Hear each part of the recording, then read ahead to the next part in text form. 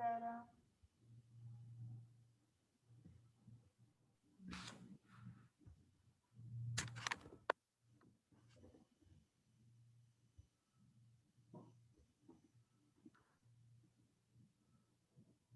Olá.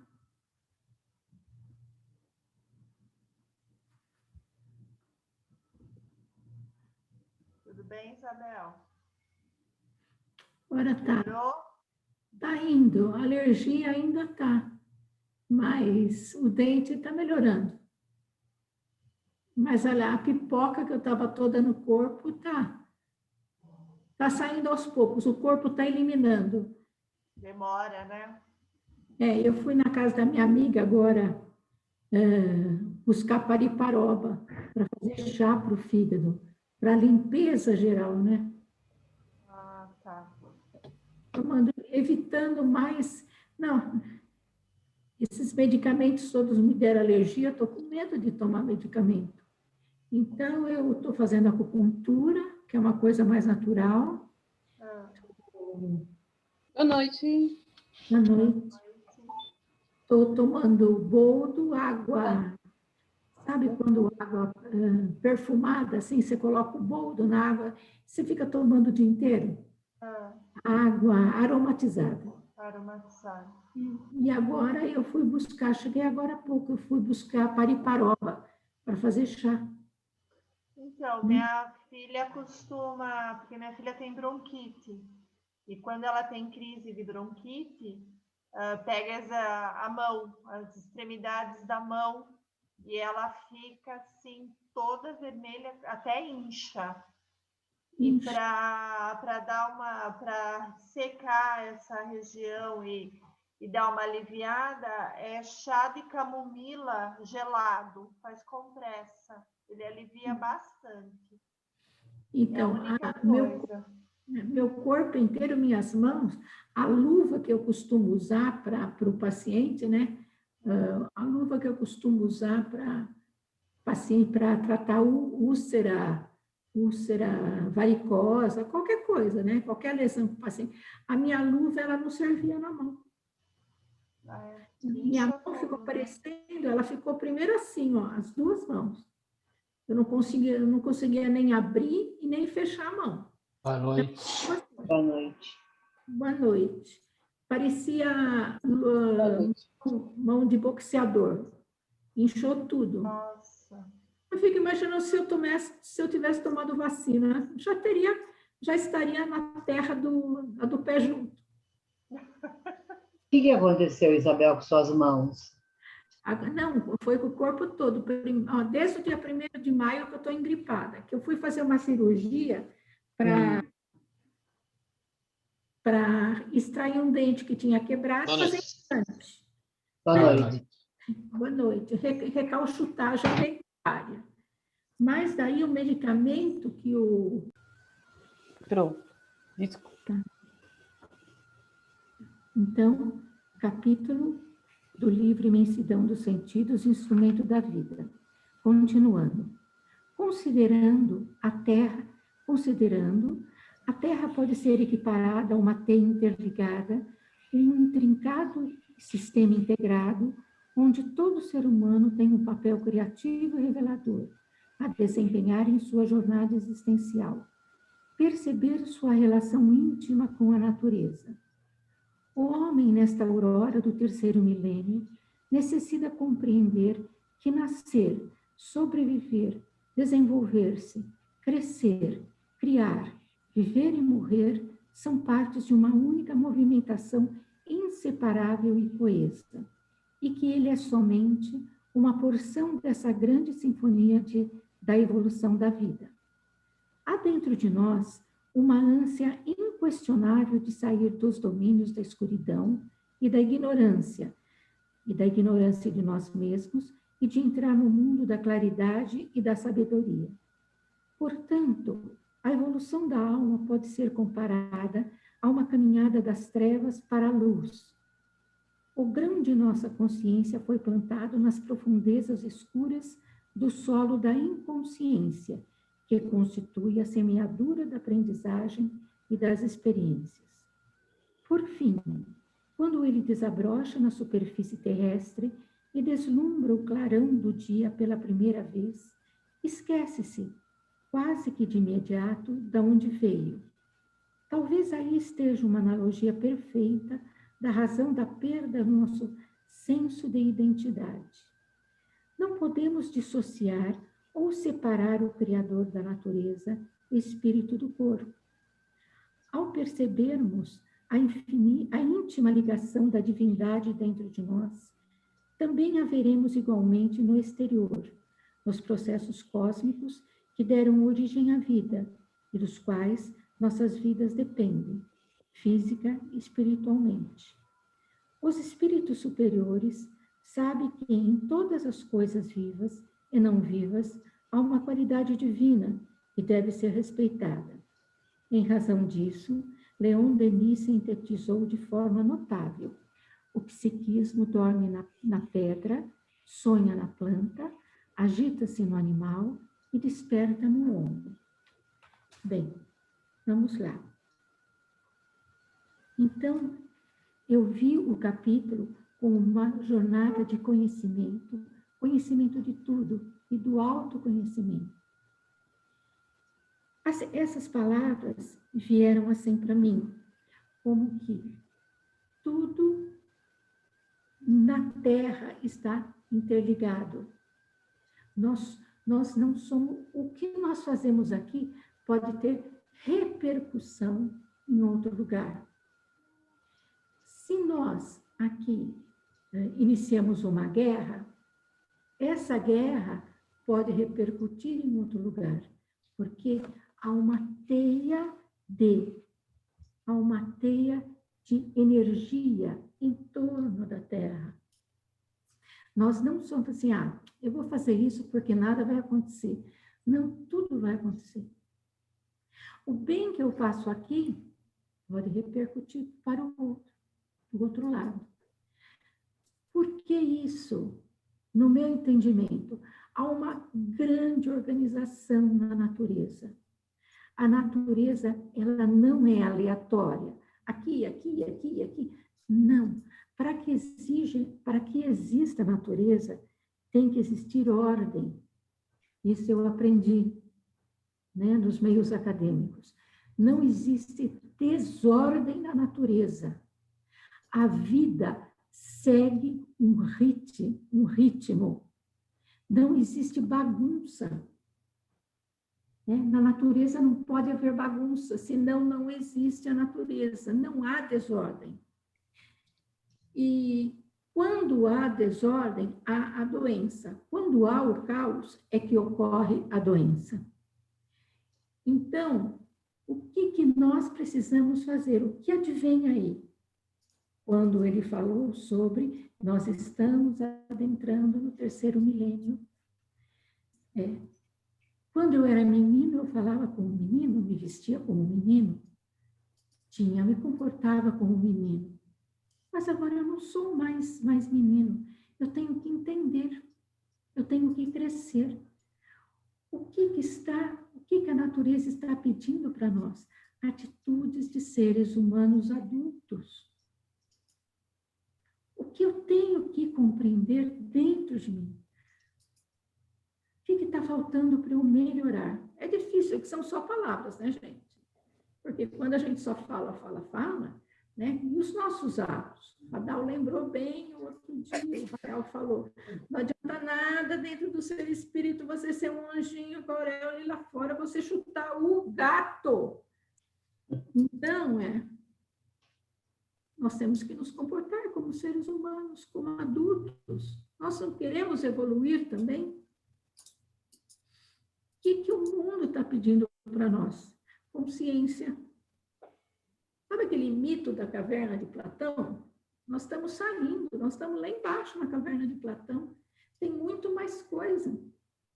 Concordo quando o professor Gentil, nesses últimos 2 anos que ele deu aula para nós, ele falava muito isso. Nada mais pode ficar debaixo do tapete. Tudo tem que ser revelado, porque não somos mais crianças. E o tempo vai pedir para nós atitudes de seres humanos adultos. Tá? Deixa eu ver. Mais alguma coisa aqui. E, na hora que nós entendermos que nós somos parte da centelha divina, nós estamos junto com o Pai, e o Pai está junto de nós, nós vamos entender toda a nossa responsabilidade.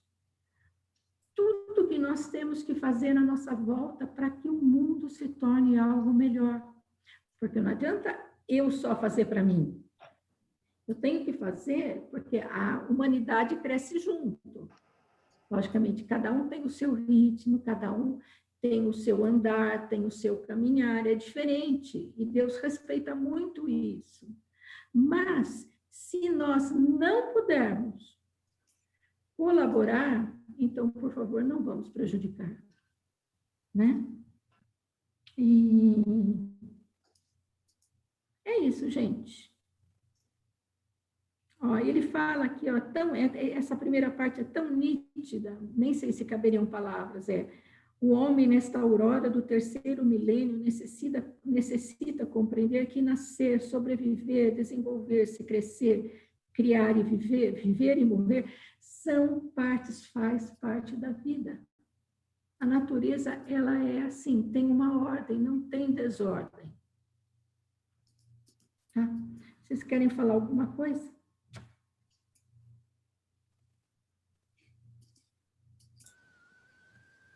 Alguém quer complementar?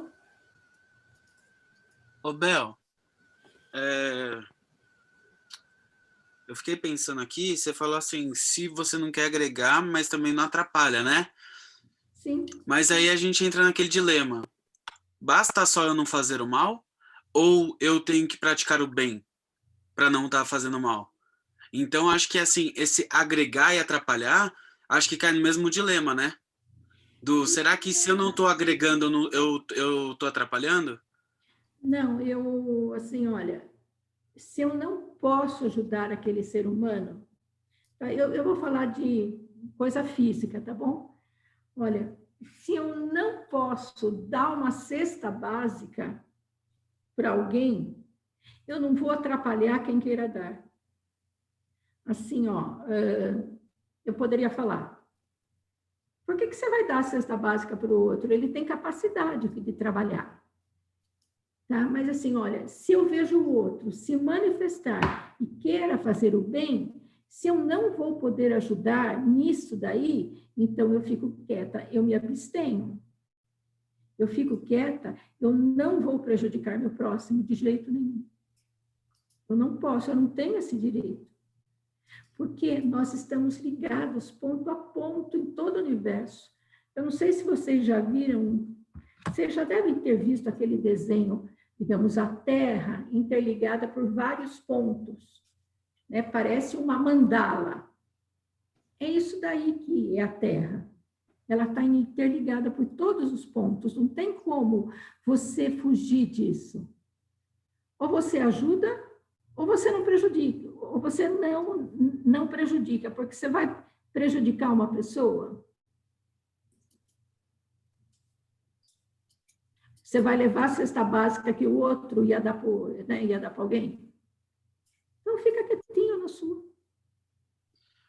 Bel, mas, por exemplo, nesse seu exemplo, se eu não tenho dinheiro, por exemplo, para dar a cesta básica, eu posso contribuir divulgando que a pessoa está precisando de uma cesta básica, e é eu movimentar que pessoas que tenham condições eu conheço.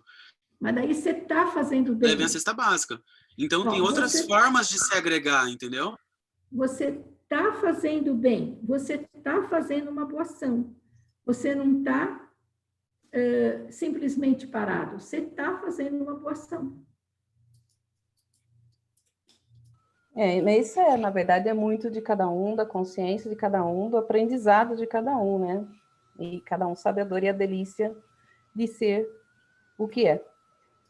E vai arcar com as consequências daquilo que é. O que a doutrina espírita cansa de explicar para a gente, cada um é herdeiro de si mesmo, né? Sim. Mas aí vai depender muito da consciência. Oi, Isabel. Vamos dizer assim que você é a pessoa da cesta básica e você sabe da pessoa que está recebendo a cesta básica que ela está agindo de má fé. Aí o que você faz? Eu vou lá na Você, casa dela. aí você fica quieto ou avisa Não. a pessoa que da cesta básica? Não, do jeito que eu sou, se eu estou fornecendo a cesta básica, eu vou na casa dela ver as necessidades dela. E vou perguntar, você está Não, não precisando? estou falando você, estou falando que outra pessoa está dando cesta básica. Mas você sabe que aquela pessoa que está recebendo a cesta básica, ela está agindo de má fé, né? Aí você avisa a pessoa que está doando a cesta básica ou você deixa o barco correr? Eu acho que eu aviso. Eu aviso, mas também eu assim, olha, eu conheço fulano de tal, eu sei que a necessidade dele é outra e não na cesta básica, fica a seu critério. Eu convidaria até a pessoa que está dando a cesta básica a ir na casa dela. Gente, será que é preciso? Aí você está agregando ou você está, vamos dizer, fazendo o quê? Já que você está, de certa forma, prejudicando aquele que, mesmo agindo de má fé, está recebendo a cesta básica. Mas eu estou prejudicando aquele de má fé? Ué, Ele vai deixar de receber a cesta? Né? E daí ele pode vender o alimento? pode trocar por outra coisa que ele tem de Por preferência. por droga. Daí já é uma coisa que eu não admito. Eu, Isabel, eu não admito. Eu vou na Quer casa dizer da pessoa. que é difícil a gente se colocar no lugar da pessoa, né? Aquela que dá, aquela que recebe, né? Realmente é complicado. Esse é um exemplo pequeno, né? É uma coisa mínima.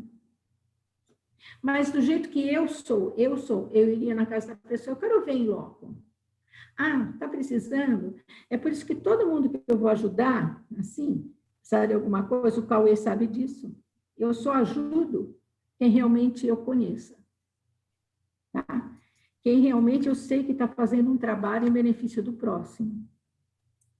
Eu não vou ajudar aleatoriamente.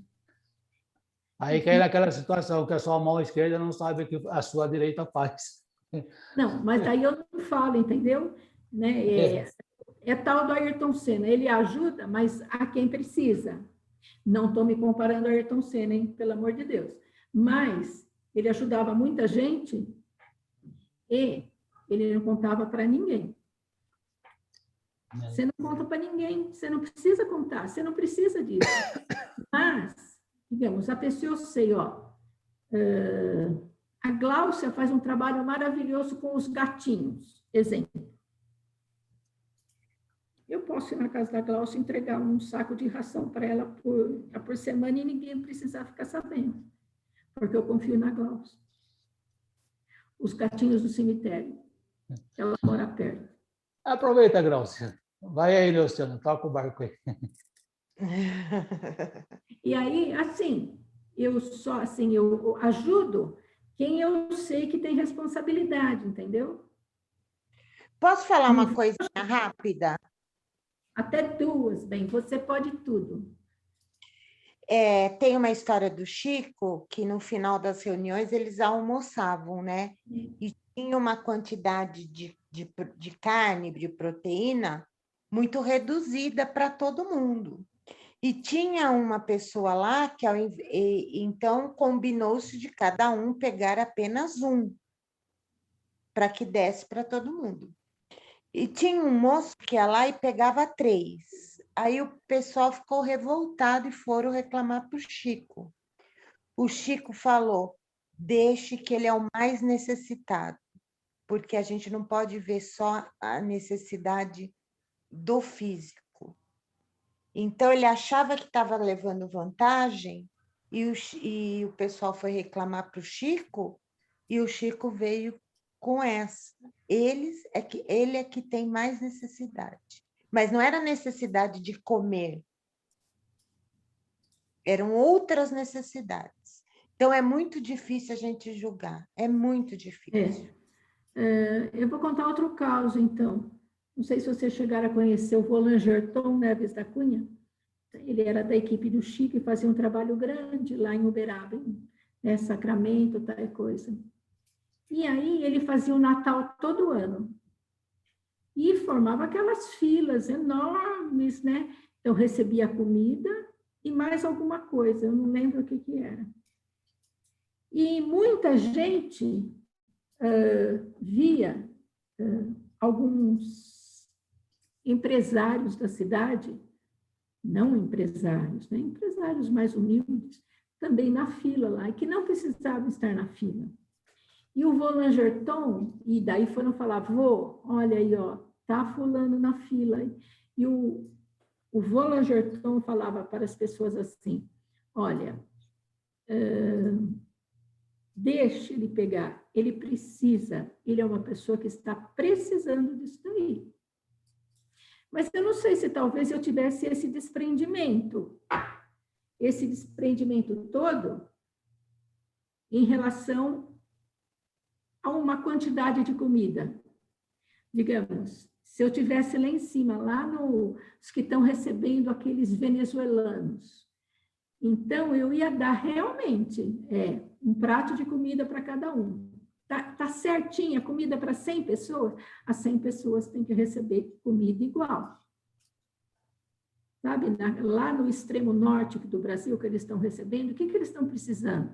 Pegava uma criança daquela lá, precisa do quê? De uma sandalinha, um sapatinho, um shorts, uma camisetinha. Ia dar igualmente para todos ali. E fazer de um jeito que desse para todos. E não que um represente, posso levar um? Porque o que eu vi no Vale do Jequitinhonha, que eu fui, foi assim, tinham 3 maçãs em cima da mesa. Eu vou dar um exemplo assim, não passando. E tinham 3 irmãos. Então, era uma maçã para cada irmão. O que acontecia? Um irmão mais esperto ia lá, pegava as 3 maçãs. Daí eles falavam, mas escuta, uma maçã para cada irmão seu, é um do seu irmão e do seu outro irmão. Eu falei assim, o meu irmão que se vire. Gente do céu. Mas isso daí é fome, viu, gente? Isso daí é fome, é necessidade muito grande. Porque hoje eu estou vendo aquelas 3 maçãs, mas amanhã eu não sei se eu vou estar vendo. Isso é o Vale do Jequitinhonha. É isso mesmo. É a dúvida de que não vai ter no amanhã. E a gente fazia kit de higiene bucal, a gente fazia, sabe, eu assim, dava um kit de higiene bucal para cada criança. Era um sabonete, uma escova de dente e um dentifrício. Um para cada um. Dá mais um? Não, é um para cada um. Se sobrar, no final eu te dou. Por isso que eu acho que a maior carência que se tem é da educação, porque o que resolve essas coisas é a educação. Sim. Mas você sabe que isso acontece em todos os reinos, porque eu também tive um cachorro, e ele era um cachorro que também não tinha alimento nenhum, e quando eu adotei ele, eu tinha mais 2 cachorrinhas, a hora que eu punha comida, ele comia a comida de todos. Aí eu conversei com o veterinário, falei assim, nossa, mas ele está comendo a comida de todos. Ele falou, a hora que ele entender que ele vai ter comida todo dia, ele não vai fazer mais isso. E dito e feito, passou um tempinho lá e ele deixava lá, até sobrava a comida dele. Mas, é um animal. Então, isso demonstra o quanto esse espírito que ela acabou de citar está próximo, na verdade, pelo menos nessa questão, está próximo do animal. Desse reino aí. Ia falar isso, Neucione, quanto mais nós estamos lá ainda dentro dessa caverna aí de Platão, entendeu? Nós estamos muito lá dentro. E existe dentro de nós, como fala o texto aqui, essa ânsia de sair da caverna de Platão. Mas essa ânsia pode demorar 1000 anos. Essa ânsia chegar na luz, para ter esse entendimento. Isso é uma coisa intrínseca nossa. Vai depender muito de cada um. Né? Ó, ele fala que o grão da nossa consciência foi plantado nas profundezas escuras do solo da inconsciência. E a gente busca isso daí, né? Esse progresso a gente tenta ao máximo. Vai despertando aos poucos, tudo bem, é devagar, né? Mas tem que ter esse despertar. Na hora que eu sei que eu não, digamos, tem 1000 maçãs e 1000 crianças, cada uma vai pegar uma, elas vão entender. Com certeza. Podemos seguir?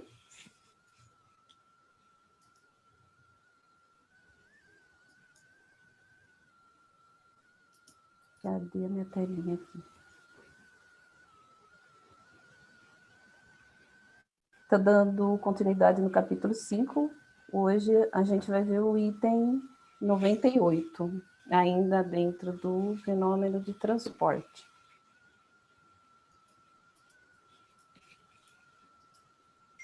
Então, todo o capítulo 98 é uma comunicação do Erasto para Kardec. Erasto, segundo o próprio Kardec, era um discípulo de São Paulo, quando encarnado. E ele também é o protetor do médium que serviu de intérprete para trazer essa comunicação. Então, ele esclarece o seguinte: quem deseja obter fenômeno desta ordem, fenômeno de efeitos físicos, que ele está se referindo, não apenas do transporte, precisa ter consigo médiuns a que chamarei de sensitivos, isto é, dotados do mais alto grau das faculdades mediúnicas de expansão e de penetrabilidade, porque o sistema nervoso facilmente excitável de tais médiuns lhes permite, por meio de certas vibrações, projetar abundantemente em torno de si o fluido animalizado que lhe é próprio. Esse fluido animalizado é o ectoplasma. As pessoas cujos nervos vibram a menor emoção são muito aptas a se tornarem excelentes médiuns para os efeitos físicos de tangibilidade e de transportes.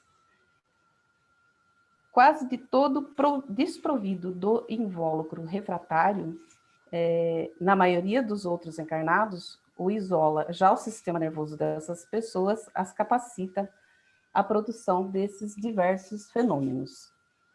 Não sei se alguém assistiu aquele vídeo do Jacobson, que eu coloquei no grupo, onde eles se referem a essa sensibilidade do médium ostensivo, que até ele cita que um médium não ostensivo, numa situação onde se estão alegres, o médium sensitivo está eufórico, ou seja, não tem como separar essa sensibilidade da sua personalidade. Ele não vai se utilizar disso só durante o trabalho mediúnico. Na vida, de uma forma geral, ele será uma pessoa mais sensível. Eu gostaria de ouvir dos médiuns ostensivos que estão aí, né? Eu acho que é o Radal, a Cris, a Márcia, não sei se ela está por aí, a Roberta não entrou. Se vocês concordam com isso. Dos outros também, né? Não sei se mais alguém aí se encaixa nessa colocação. A sensibilidade faz com que a pessoa aflore mais as coisas que ela sente, né? Quer dizer, muitas vezes é irritação, euforia, todas essas coisas é potenciado, vamos dizer dessa forma, né? Então, quando o médium da passividade, também dependendo da situação, essa sensibilidade aumentada, vamos dizer assim, forma, ele também passa para a mediunidade, né? Dependendo do tipo de espírito que está falando. Mas, como diz o tal de Jacobson lá, né? É preciso buscar o equilíbrio, né? O médium sabe disso. Então, ele precisa ir buscando o equilíbrio dele para que ele não se torne bipolar, vamos dizer, né? Uma hora está lá em cima, outra hora está aqui embaixo, então ele tem que procurar tentar se manter e ficar equilibrado, né? E é um pouquinho difícil aí na nossa faixa estagiária de médio, né? Mas com trabalho, com aprendizado, com treino, a gente vai conseguindo isso. É mais ou menos por aí, não sei se é isso que você quer saber. É isso mesmo. Eu queria ouvir os médiums, se concordam. Eu percebi assim, que com o estudo, pouco estudo, né, que eu tenho sobre espiritismo, que ainda tem muitas encarnações pela frente, eu já consigo, eu percebo, entendeu, essas mudanças, porque antes eu não tinha muita percepção dessas mudanças, tanto de humor, de comportamento. Então, agora não que eu consiga, é que nem o Radal falou, a gente ainda está, eu principalmente, eu me sinto assim, muito imatura nesse ponto. Mas eu já tenho essa percepção que eu fiz errado e que eu tenho que mudar. Então, acho que o estudo, ele começa a trazer essa percepção, né, de mudança. E é realmente assim, altos e baixos, num dia só. É meio complicado. É isso mesmo. Eu, por exemplo, que não sou ostensiva, de alguma forma a gente percebe mesmo nos médios mais ostensivos dentro do trabalho, que na vida, de uma forma geral, é um pouco mais sensível, tem as emoções mais afloradas. Eu acho essa informação muito importante, porque é uma forma de conhecer, que nem eu que eu acho eu, né, pode ser que eu esteja enganada em relação a mim mesmo, mas eu tenho uma tendência, não sendo ostensiva, a ser um pouco mais racional, que passa uma certa frieza às vezes.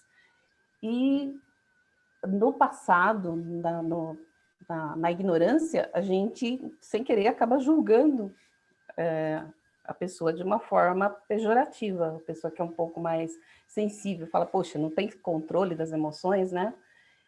E quando eu comecei no trabalho mediúnico e comecei a conversar, a conversação, eu li depois nós fizemos o estudo, mas na época eu li o Diálogo com as Sombras, onde a Hermínio Corrêa de Miranda fala sobre essa sensibilidade do médium. Isso ajuda a gente a compreender o outro, não é uma informação que serve para julgar, mas para conhecer e desenvolver a tolerância. E, inclusive, também sobre os que não são sensitivos, né? Os que são menos sensitivos. E acho que uma coisa equilibra a outra. Bom, tem a parte também que a gente tem que saber, né? Porque muitas vezes a gente é mais sensível para determinada coisa, melindre, todas essas coisas aí. Mas é porque a gente carrega essas coisas dentro da gente, certo? Não é o espírito que traz para nós, né? Ele somente potencializa dependendo da situação. Mas, na verdade, quem carrega todas essas coisas somos nós mesmos, né? Às vezes é um pouco mais explosivo, né? Então, a explosão é mais minha, né? Do que do espírito. Então, eu tenho que trabalhar essa situação de ser menos explosivo, né? Ser mais ponderado. Não vamos sim, jogar tudo nas culpas dos irmãos espirituais, que tudo aquilo que a gente faz é o espírito que fez, né? Eu não consegui me controlar, né? É quase que aquele negócio, né? A culpa é minha, eu jogo para quem eu quero, né? É aquela história, né? Que é lógico, a gente também não pode podar tudo a emoção do comunicante.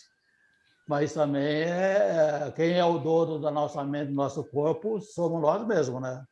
A gente deixa, às vezes, dá uma liberdade mais para o irmão comunicante, vamos dizer assim, soltar o que ele está sentindo, a dor, a tristeza, essas coisas, né? Mas é o que a gente carrega dentro da gente, né? Por enquanto. Mas é que, como a Cris acabou de colocar, né? O estudo, a experiência vai ajudando a lidar com isso. Você não vai ficar livre disso, mas pode se adaptar com isso. Sem o estudo, você pode perder uma encarnação sua, né? Não tem pessoas que a gente vê que sofrem tanto, né? E tem uma sensibilidade grande, né? E não estuda, e a pessoa fica mal sempre, né? A pessoa fica mal sempre. Ô, Vera, né? como você coloca essa questão de perder a encarnação?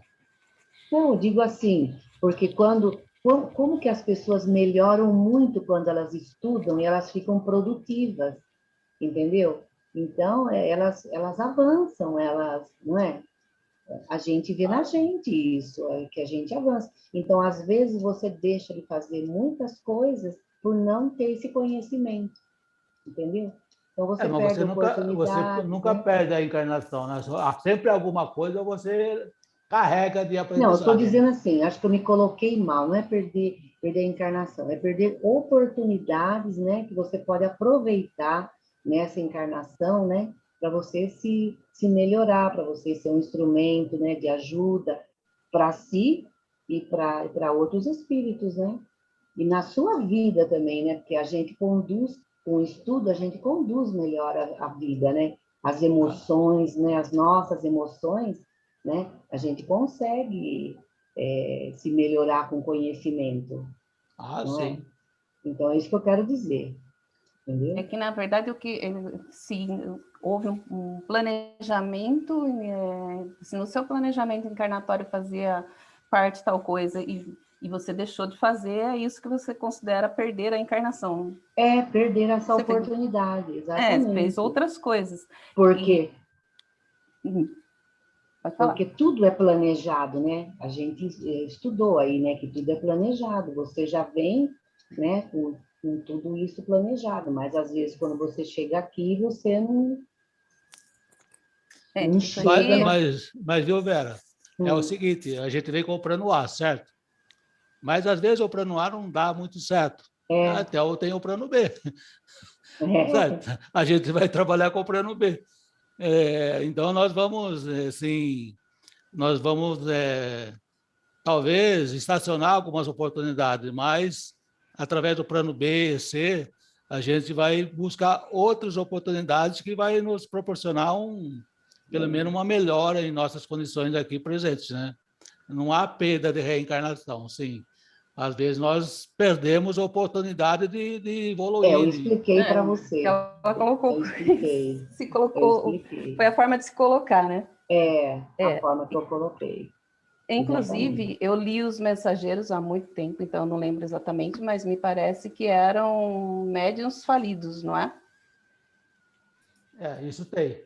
O Jacobson cita lá o capítulo 10, onde demonstra no plano espiritual que fala sobre essa sensibilidade mais apurada, né?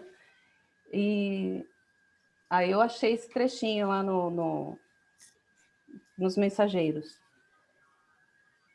Inclusive, dá para entender que, a partir desse pequeno trecho aqui, que ele já tinha falido na primeira, vamos colocar assim, na primeira tentativa, e agora ele iria retornar como um médium com uma sensibilidade maior, um médium ostensivo. E aí no trechinho diz o seguinte, que eu destaquei aqui, ó. Esclareceu Joel humilde. Minha tarefa mediúnica exigia sensibilidade mais apurada, e quando me comprometi à execução do serviço, fui ao Ministério do Esclarecimento, onde me aplicaram um tratamento especial que me aguçou as percepções.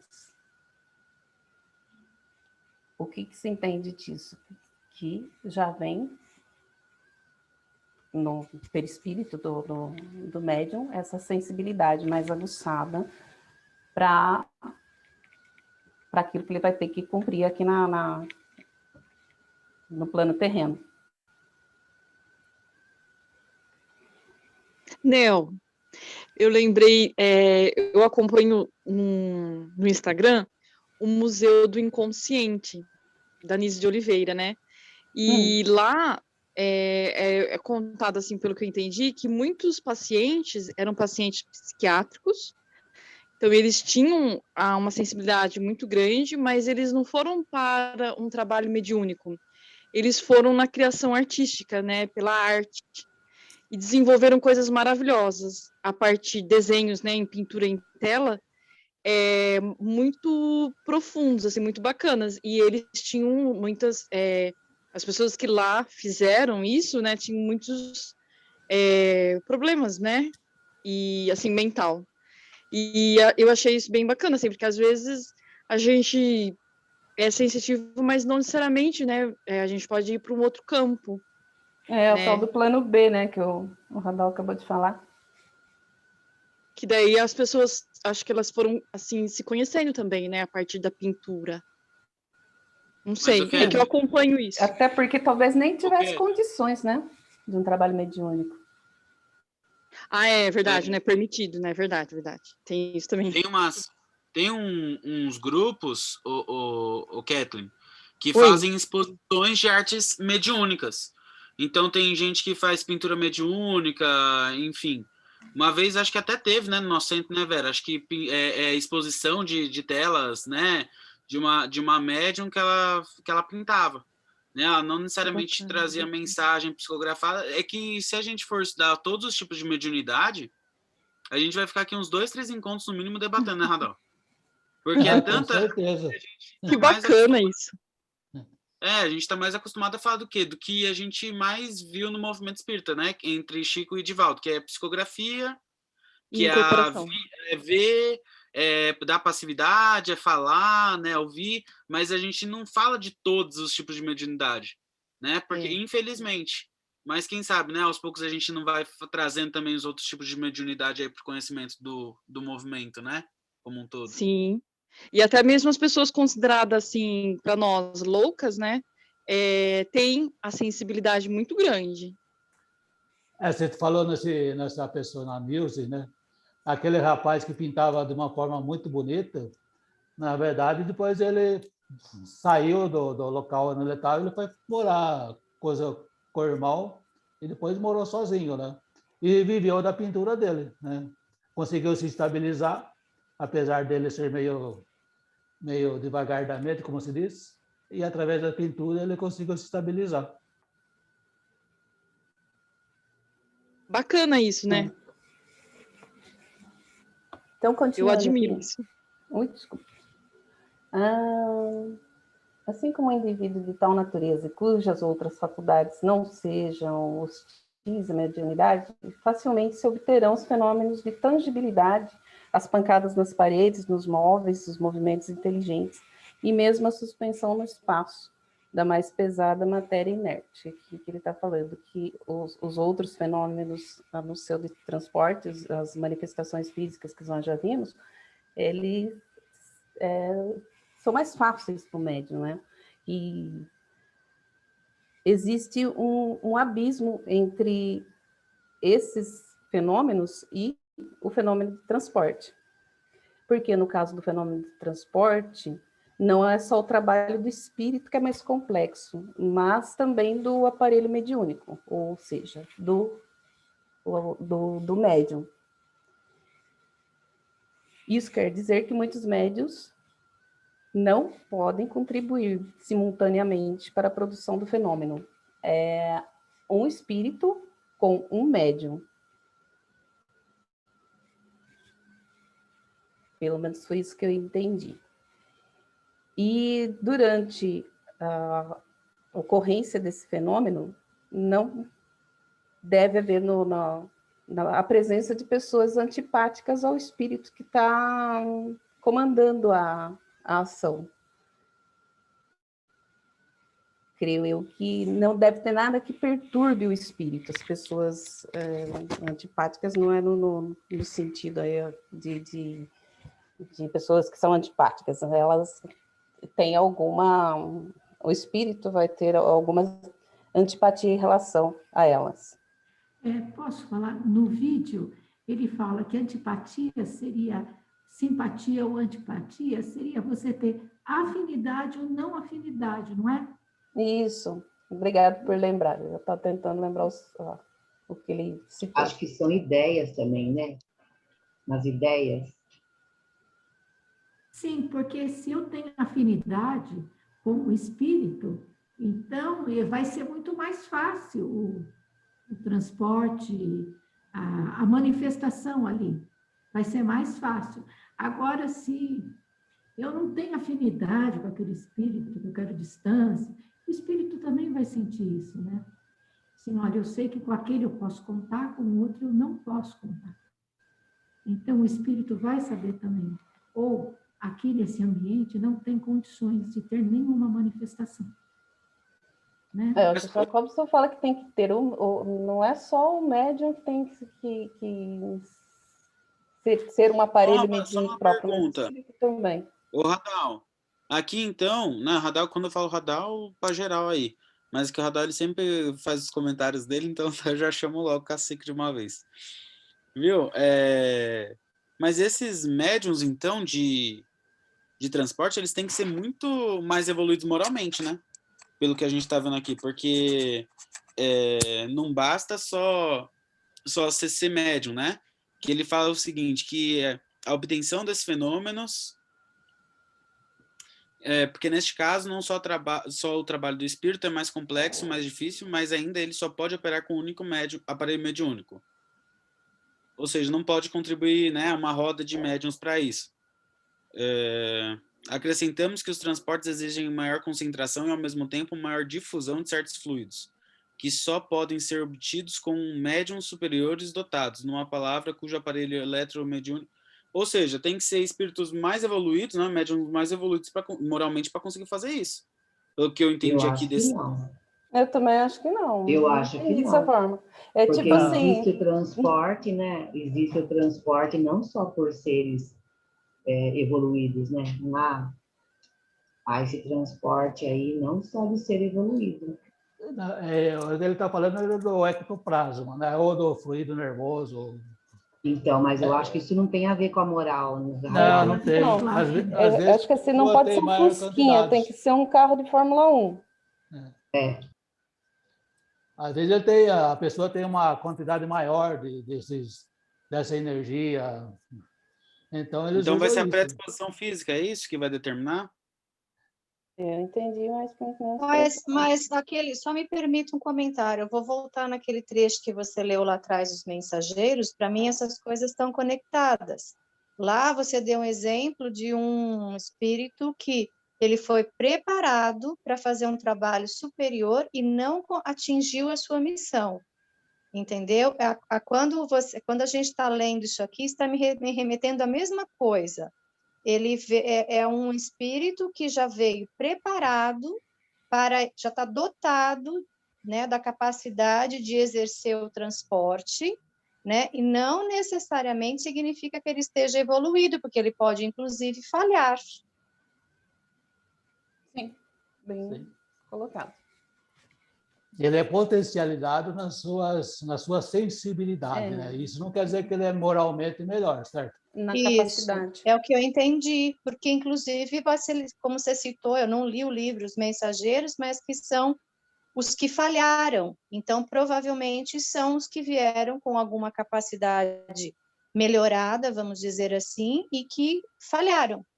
É que, na verdade, esses falharam aí, na verdade, são aqueles que conduziram a sua mentalidade por o caminho errado.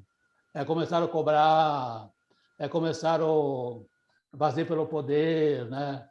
Então, a mentalidade dele, ele falou nisso. Ele deixou de ser ajudado pelos bons espíritos e passou a ser ajudado pelos espíritos inteligentes, mas moralmente baixos. Então, em vez de ele fazer o bem, trabalhar para o bem, ele foi fazer espetáculo, cobrar, se achar o poderoso, todas essas coisas. Aí, realmente, ele jogou a mentalidade bonita que ele tinha, de certa forma, por escanteio, né? Acho que essa mediunidade é uma oportunidade para ele nova, né? né? Sabe que novela que eu lembrei, gente, agora, a gente falando disso aí, vocês falando disso aí? Teve uma novela na Globo há muito tempo atrás, chamava O Profeta, que era aquele Thiago Fragoso, acho que é o nome do ator, que é um loirinho lá, de olho claro. Acho que foi uma das primeiras novelas que ele fez, que o cara, ele tinha, né, uma mediunidade, daí ele começou a cobrar por aquilo, fazer show, isso, aquilo, daí ele perdeu, né, perdeu entre aspas, e aí quando ele realmente resolveu, né, voltar a fazer o bem, de simplesmente falar para as pessoas o que ia acontecer caso ele visse, né, alguma coisa da mediunidade dele, que daí ele conseguiu retomar o acesso, vamos dizer assim, né? Mas aí eu lembrei muito disso, por causa desse comentário aí de vocês. Menino, você era um bebê. Você era um Então, bebê tem quando memória começou essa boa. novela, você lembra disso? Noveleiro. Minha filha, minha família é noveleira, não tem jeito. Desde pequeno, não tem jeito. Mas Ó, dá para chocolate com gente... pimenta, alma, ó, tudo. Lembro de tudo dessas daí. Dá Deixa eu para a gente perguntar uma aplicar... coisa. Esse caso dos mensageiros é do Otávio? É do Joel. Ah, não. Então, não é. Eu conheço a história do Otávio, mas não é. Eram vários, né?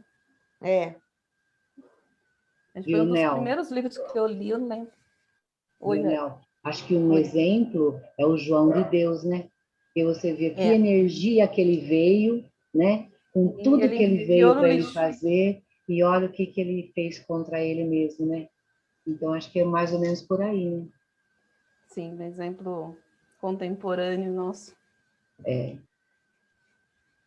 Continuando aqui, o Erasto, não, Erasto. O Erasto continua esclarecendo que vamos atentar a isso. Os fenômenos de transporte são e continuarão a ser extremamente raros.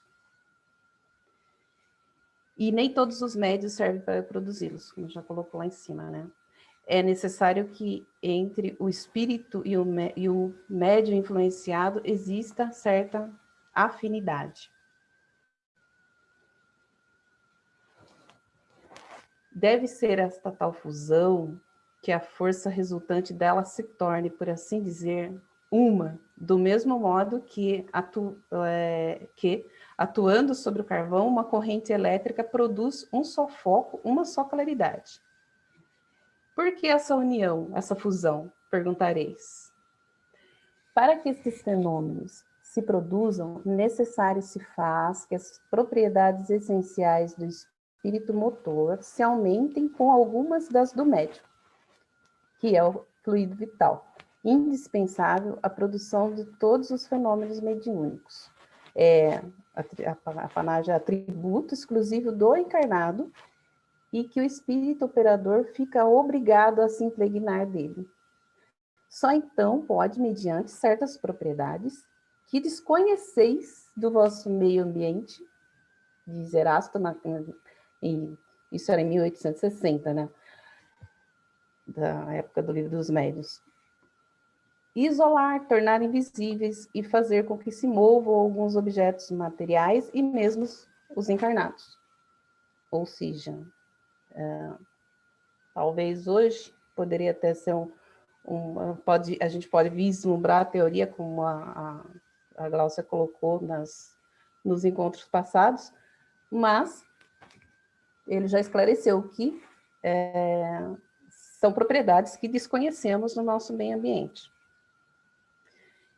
Não é permitido, por enquanto, desvendar-vos as leis particulares que governam os gases e os fluidos que vos cercam. Mas, antes que alguns anos tenham decorrido, antes de uma existência de um homem se tenha esgotado, a explicação destas leis e destes fenômenos vos será revelada e vereis surgir e produzir-se uma variedade nova de médiuns que agirão num estado cataléptico especial, desde que sejam mediunizados.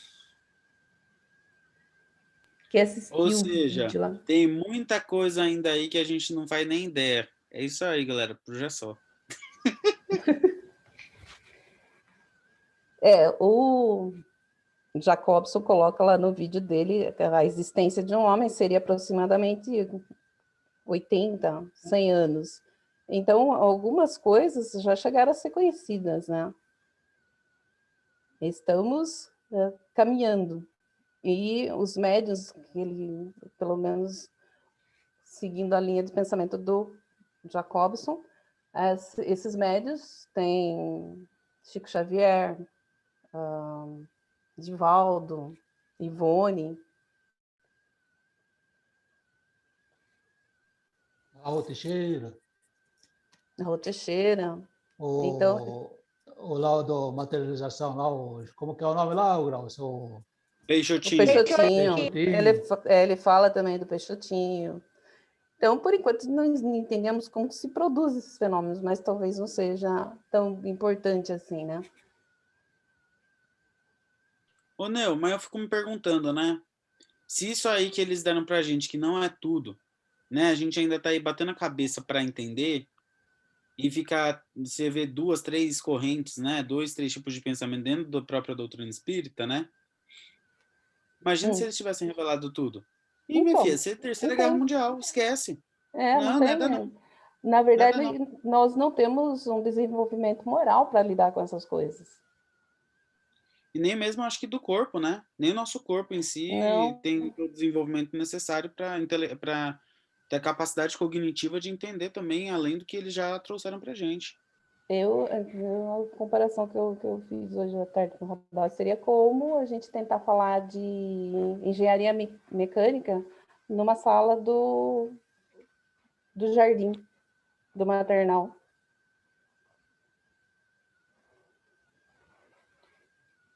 Os espíritos muito pouco se prestam a produzi-los, falando do fenômeno de transporte, porque isso dá lugar, da parte deles, a um trabalho quase material, o que lhes acarreta aborrecimento e fadiga.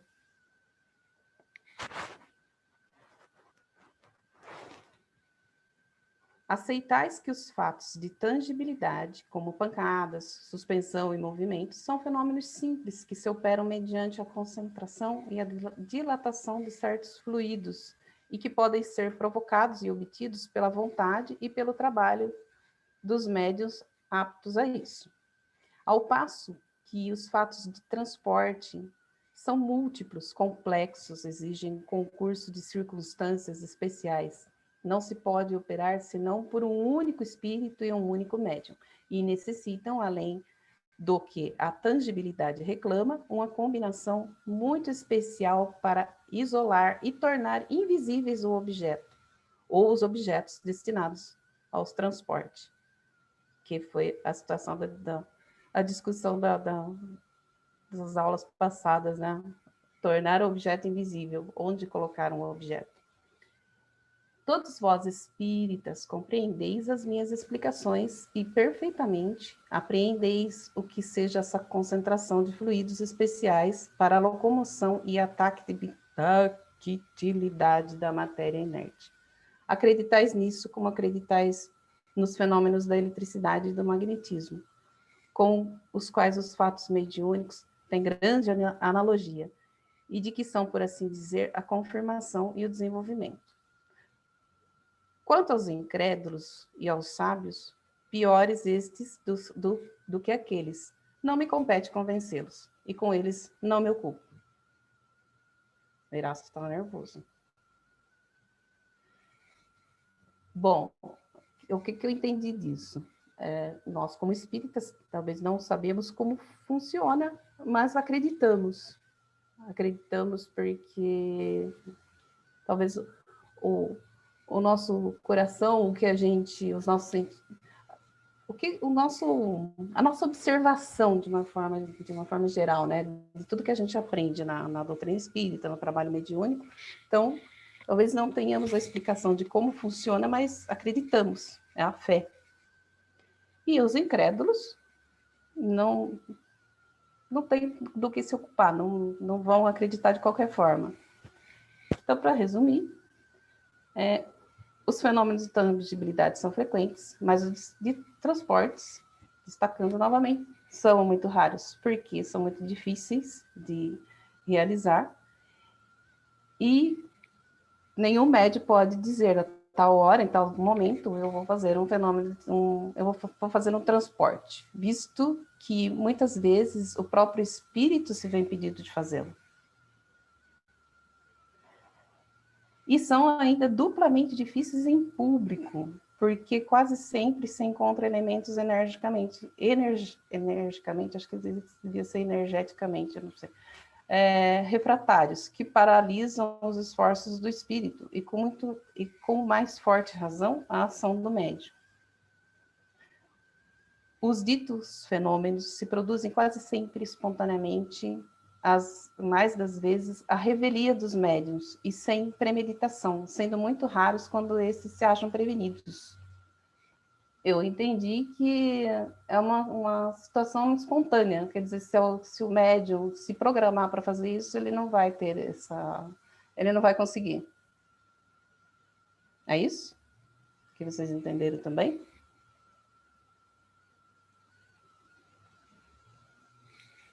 Porque isso aí depende do espírito, né? Não do médium, né?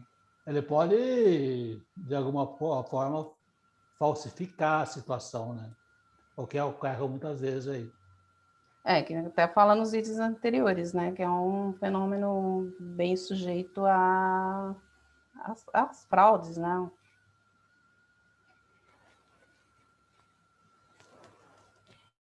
Os fenômenos espíritas... onde que eu parei?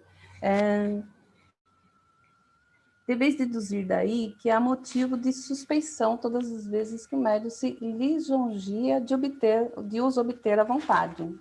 Ou seja, o médium que diz que ele faz esse fenômeno, que ele faz essa questão do transporte, ele é sujeito a gente suspeitar dele, que ele estaria mentindo. E que os fenômenos espíritas não se reproduzem para constituir espetáculo nem para divertir curiosos. O que já sabemos.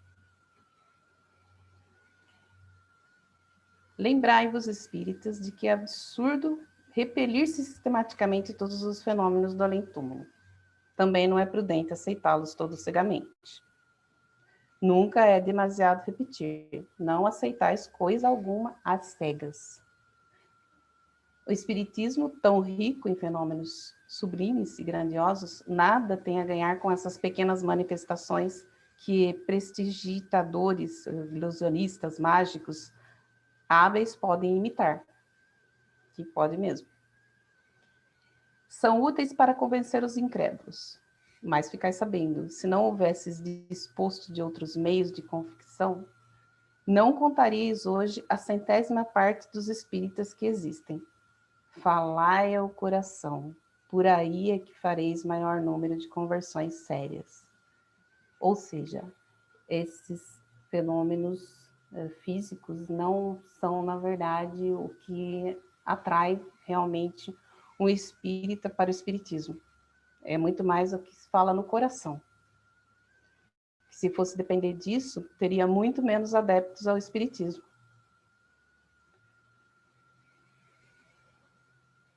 E se julgar, ele diz para Kardec, né, se julgar conveniente se utilizar disso para convencer alguém sobre as manifestações espíritas, tem que fazer muito bem feito, porque caso contrário, vai acabar sendo uma ferramenta, uma arma para os incrédulos.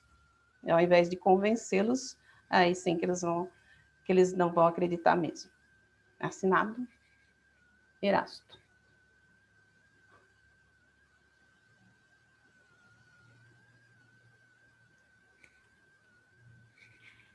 E aí, pessoal, alguém quer comentar alguma coisa? Então, eu assisti o vídeo, né? Quando ele começa a falar da parte técnica, daí que fica muito interessante, né? Como você começa a entender o mecanismo. Não esquecer que esse Erasto aí, ele é um dos discípulos de Paulo. E é de grande inteligência esse homem. E esse homem, na época que ele escreveu, que ele ditou isso daí, e da época que foi escrito o livro dos médiuns, ele não podia falar muitas coisas. Que não tínhamos, né? O ser humano não tinha conhecimento como nós temos agora. que ele fala desse fenômeno, quando você tem o transporte de um objeto de um lugar para outro, isso é uma coisa totalmente possível, né?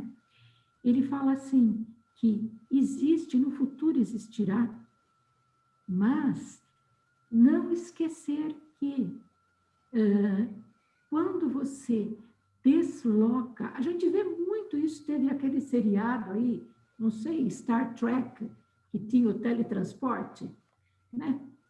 Quando você transporta um corpo de um lugar para outro, você não pode esquecer que você está transportando molécula a molécula. E se entre as moléculas, existem espaços que podem Ele fala isso, né, não? Que podem ser preenchidos por outras coisas também, pelo ectoplasma do médium, né? Tem muita o Jacobson fala uma coisa no livro. Falta a nós um pouco de ciência para nós entendermos um pouco mais, mas ele fala que no futuro é possível isso daí, é ciência, né? Sim, não compreendemos ainda, mas há de vir um tempo que a gente compreende. Por isso que tem que estar sempre estudando, né? Estudando, e nem sempre ficar batendo sempre na mesma tecla, mas às vezes voltar, rever quantas vezes for necessário para pegar. Muito interessante ele falar do dinamismo do espiritismo. O espiritismo não pode caminhar sem a ciência, porque se esse texto foi escrito há 100, 150 anos atrás, a ciência já evoluiu muito de lá para cá. Inclusive, ele fala, o Jacobson fala, eu não li Mecanismos da Mediunidade, cheguei a ver esse capítulo 5, mas eu achei ele um pouquinho complicado para trazer aqui, mas onde o André Luiz utiliza, o Erasto usou aparelho eletromediúnico, né? E o André Luiz chama de dínamo, que é um gerador de energia, que é a mesma coisa. Ou seja, já traz algumas novas explicações. Se nós todos aqui fôssemos uma classe de engenheiros, se a gente começasse a falar sobre engenharia elétrica, dínamo e outros pertences, daí correlatos, né? Todo mundo ia entender. Sim. Né? Só que a gente tem que tomar cuidado que nem todo mundo tem o conhecimento. Eu não tenho, né? Eu estou bem longe disso, sou das artes. Mas a gente tenta, né? E eu achei muito interessante ele comparar. Você tem que estudar a doutrina espírita junto com a ciência. E daí você vai entender o fenômeno mediúnico. Porque acontece. O que antes não era explicado, agora você consegue a explicação. Sim. À medida que vamos avançando no tempo, vai conseguindo compreender. Mas desde o livro dos espíritos, o livro dos médios, foi um avanço tremendo, né? Isso. Alguém mais gostaria de comentar alguma coisa? Todo mundo entendeu tudinho? Ana, eu acho que o seu áudio está fechado. Falar que entendeu tudo, né? Vixe, já pode passar para a próxima encarnação. Isso daí que a gente está falando, que até foi objeto das discussões do material que a Gláucia trouxe, que, assim, ainda não se popularizou, porque está muito no nível da física quântica, como a gente falou. Mas uma hora esse conhecimento se populariza, à medida que ele vai sendo, né, mais evidenciado, ele vai se popularizando. E aí é onde a gente vai começar a avançar um pouco mais de entender um pouco dos fenômenos, sabe? Eu tenho, assim, nas minhas viagens aqui, que eu vou compartilhar com vocês, quando eu gosto muito de misturar essas coisas assim, né, um pouco do conhecimento científico com a história da filosofia espírita, e eu fico me lembrando, assim, eu acho que, não sei se eu comentei com vocês, eu assisti o Maria Madalena, então eu tenho muitos episódios das cenas, assim, em que Jesus usava da mediunidade dele nos tratamentos, assim, né, e das frases que ele usava. Então, quando ele diz assim, o poder, que ele queria dizer que todos tinham o poder de gerar a cura, sabe, de curar as pessoas, de realizar o que quisesse fazer, né? Agora, vamos imaginar que nós já dispuséssemos do conhecimento todo da física quântica que está envolvido em mobilizar a matéria, em saber lidar com manipulação de energia que está no ar e etc., sem a evolução moral. Exatamente. Entendeu? Então, assim, aí quando eu me remete às cenas do que ele falava, e que ele queria dizer que a gente tinha, sim, o poder, mas que a gente ainda não sabia usar, ele estava dizendo o quanto a gente ia ter que aprender e que são os mundos superiores que a gente vai caminhar. Então, quando a gente conhecer muito de física quântica, a gente vai ter que estar bem melhor moralmente para não fazer uso errado desse conhecimento e sair transportando coisas e atirando uns nos outros aí em forma de guerra. Então, assim, né, assim, eu faço uma correlação muito grande, que o que ele dizia desse poder que a gente tem é o poder que vai vir do conhecimento da ciência, realmente de aprender, mas que a gente não vai poder usar enquanto a moral não elevar, porque senão só vai sair bobagem. Com certeza. Né? Conforme gênero, número e grau. Utilizar tudo para o bem, né? Vai ser o momento certo para ser usado para o bem, né? E aí, pessoal, mais alguém quer falar alguma coisa?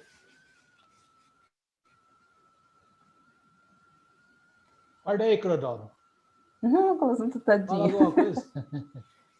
Então, não, que a Márcia está... Então vamos para... Quem que vai fazer a vibração mesmo?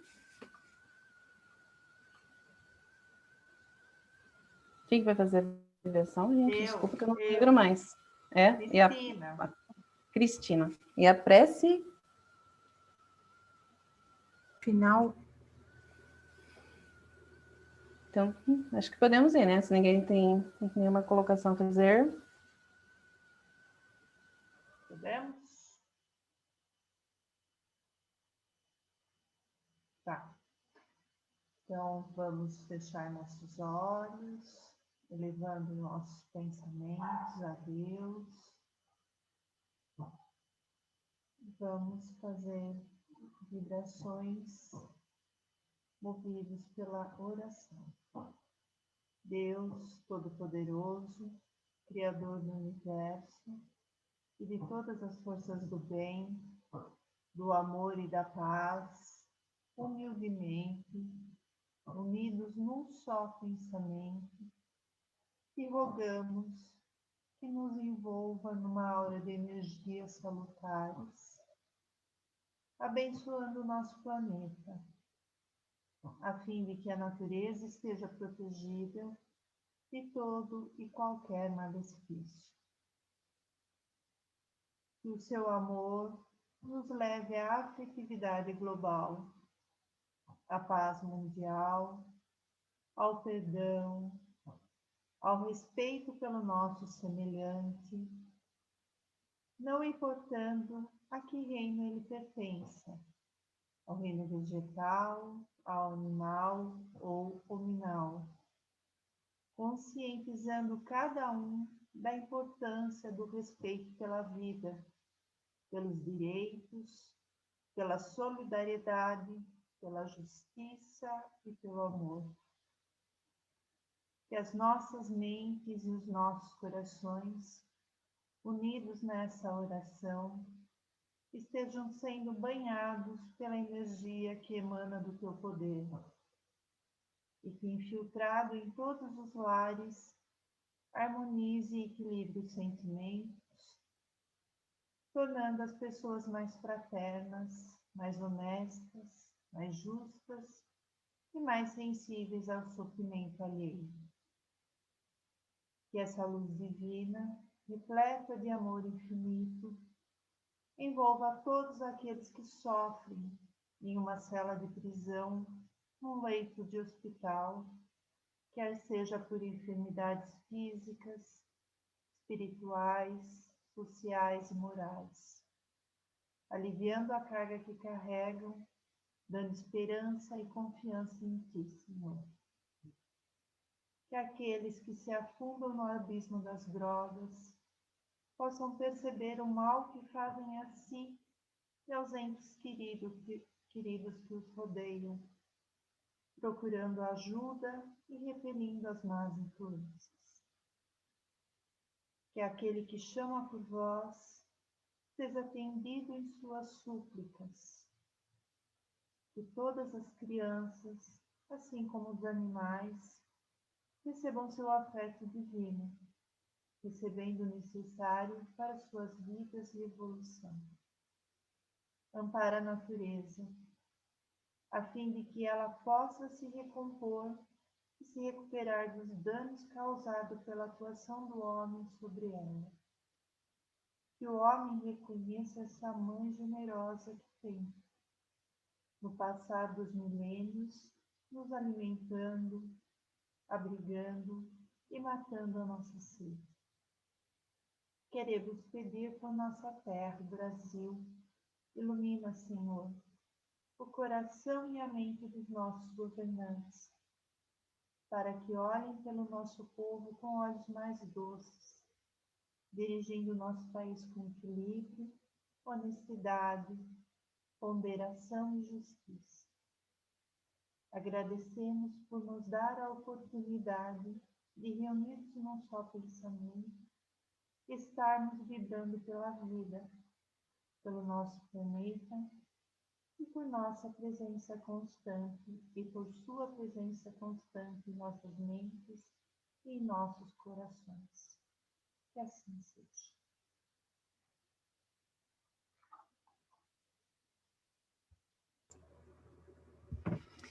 E agradecidos, nós concluímos mais uma noite de estudos, de conteúdo que nos foi passado.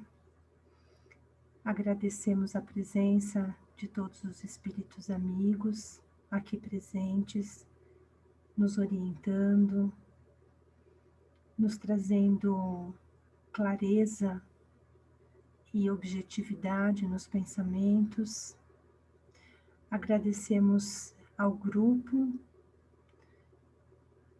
ao suporte, ao apoio, e que possamos estar juntos na próxima semana para mais um aprendizado.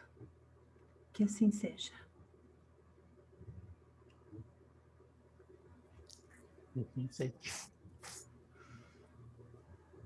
Que assim seja.